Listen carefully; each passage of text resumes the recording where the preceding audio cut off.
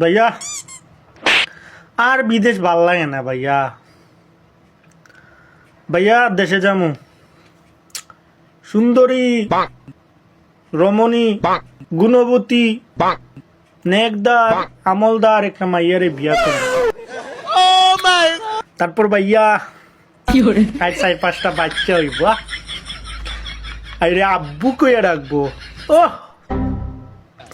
আমার সামনে দিয়ে টিলবিল টিলবিল টিলবিল কইরা হাঁটবো ভাইয়া।